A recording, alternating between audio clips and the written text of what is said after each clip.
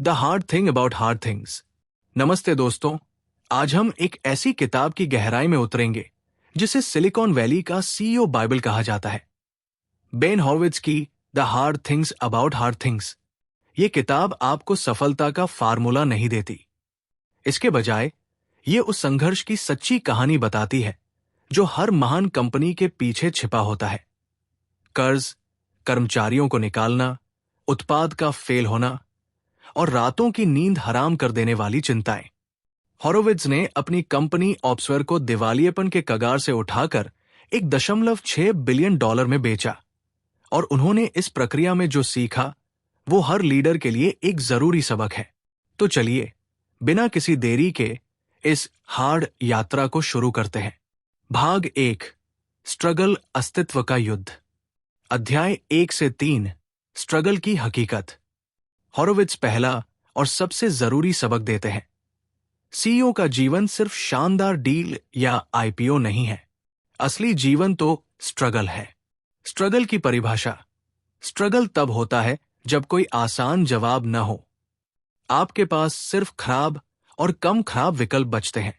ये वो स्थिति है जहां आप अपनी टीम के लिए आशा की किरण होते हैं, लेकिन अंदर से आप पूरी तरह से टूटे हुए होते हैं। सबसे मुश्किल चीजों के बारे में सबसे मुश्किल चीज यह है कि रात को 3 बजे आपकी मदद के लिए कोई नहीं होता। एक लीडर को हमेशा शांत, दृढ़ और केंद्रित दिखना होता है, भले ही दुनिया टूट रही हो। लीडरशिप की जिम्मेदारी। एक सीईओ का काम है कि वो कर्मचारियों को सच्चाई बताए, लेकिन साथ ही उन्हें प्रेरणा भी दे। आपको अपनी टीम को समझाना होगा कि संघर्ष विफलता नहीं, बल्कि सफलता का एक अनिवार्य हिस्सा है।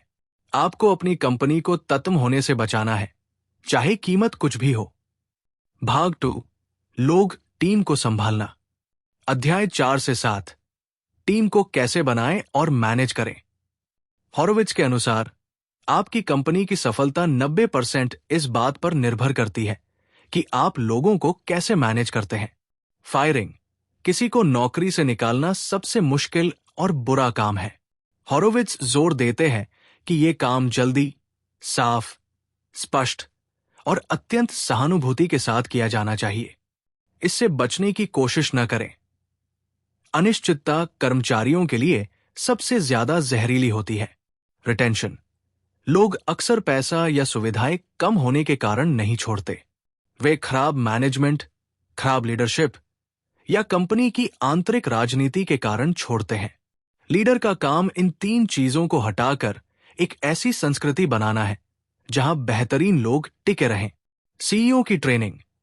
एक तेजी से बढ़ती कंपनी में कर्मचारियों को उनकी वर्तमान भूमिका के लिए नहीं, बल्कि उनकी अगली भूमिका के लिए प्रशिक्षित करें। यह सुनिश्चित करता है कि कंपनी हमेशा अपने विकास के लिए तैयार रहे। शीर्ष अधिकारियों की भर्ती। हॉरोविट्ज चेतावनी देते हैं कि शराब एग्जीक्यूटिव पूरी कंपनी की संस्कृति और प्रदर्शन को बर्बाद कर सकता है। इसलिए भर्ती प्रक्रिया धीमी रखें। एक बड़ा दाव लगाने के बजाय बेहतर विकल्प की तलाश में समय लगाएं। भाग 3, समस्याएं जब आग लगी हो। अध्याय 8 से 10, संकट और निर्णय। ये खंड उन रणनीतिक और परिचालन संबंधी समस्याओं से निपटता है जिनका सामना हर कंपनी को करना पड़ता है। उत्पाद बनाम बिक्री। जब बिक्री खराब हो तो सेल्स टीम को दोष न दे। जब उत्पाद खराब हो तो प्रोडक्ट टीम को दोष न दे। समस्या की जड़ अक्सर दोनों विभागों के तालमेल की कमी में होती है।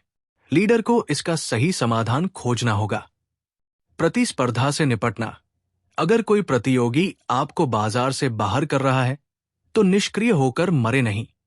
हॉरोविट्ज का प्रसिद्ध विचार है, अपना तिला चुत जलाए।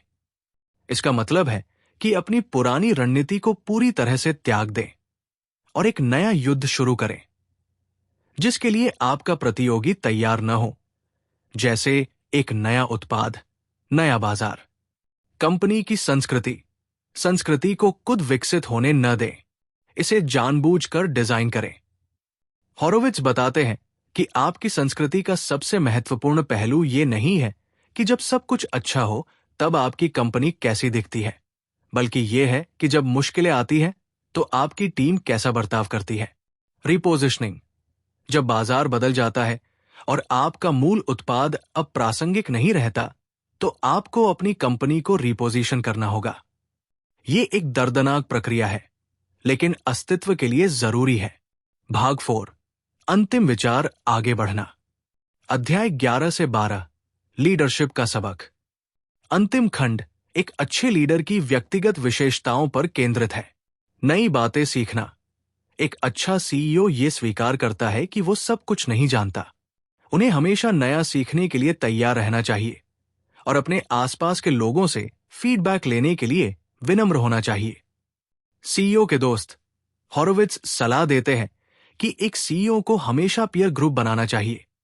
ये अकेलापन भरा काम है और दूसरे अनुभवी सीईओ से बात करना अक्सर आपको मानसिक रूप से स्थिर रहने में मदद करता है। निष्कर्ष, ये किताब किसी जादू की छड़ी के बारे में नहीं है। ये उस निडरता के बारे में है जो आपको तब चाहिए होती है जब आपको गलतियां करनी हो, लोगों को निकालना हो और अपनी कंपनी को मौत के मुंह से वापस लाना हो। बेन हॉरोविट्ज ने साबित किया कि सफलता का रास्ता संघर्ष से भरा है और इसे स्वीकार करना ही एक सफल लीडर की पहली निशानी है। दोस्तों, the hard things about hard things सिर्फ एक बिजनेस किताब नहीं है। ये एक ऑपरेशन मैनुअल है उन सभी के लिए जो बड़ा दांव लगा रहे हैं। अगर आप किसी मुश्किल चुनौती का सामना कर रहे हैं, तो ये किताब आपको बताएगी कि आप अकेले नहीं हैं। आपको इस किताब का कौन सा सबक सबसे ज्यादा पसंद आया? हमें नीचे कमेंट्स में जरूर बताएं।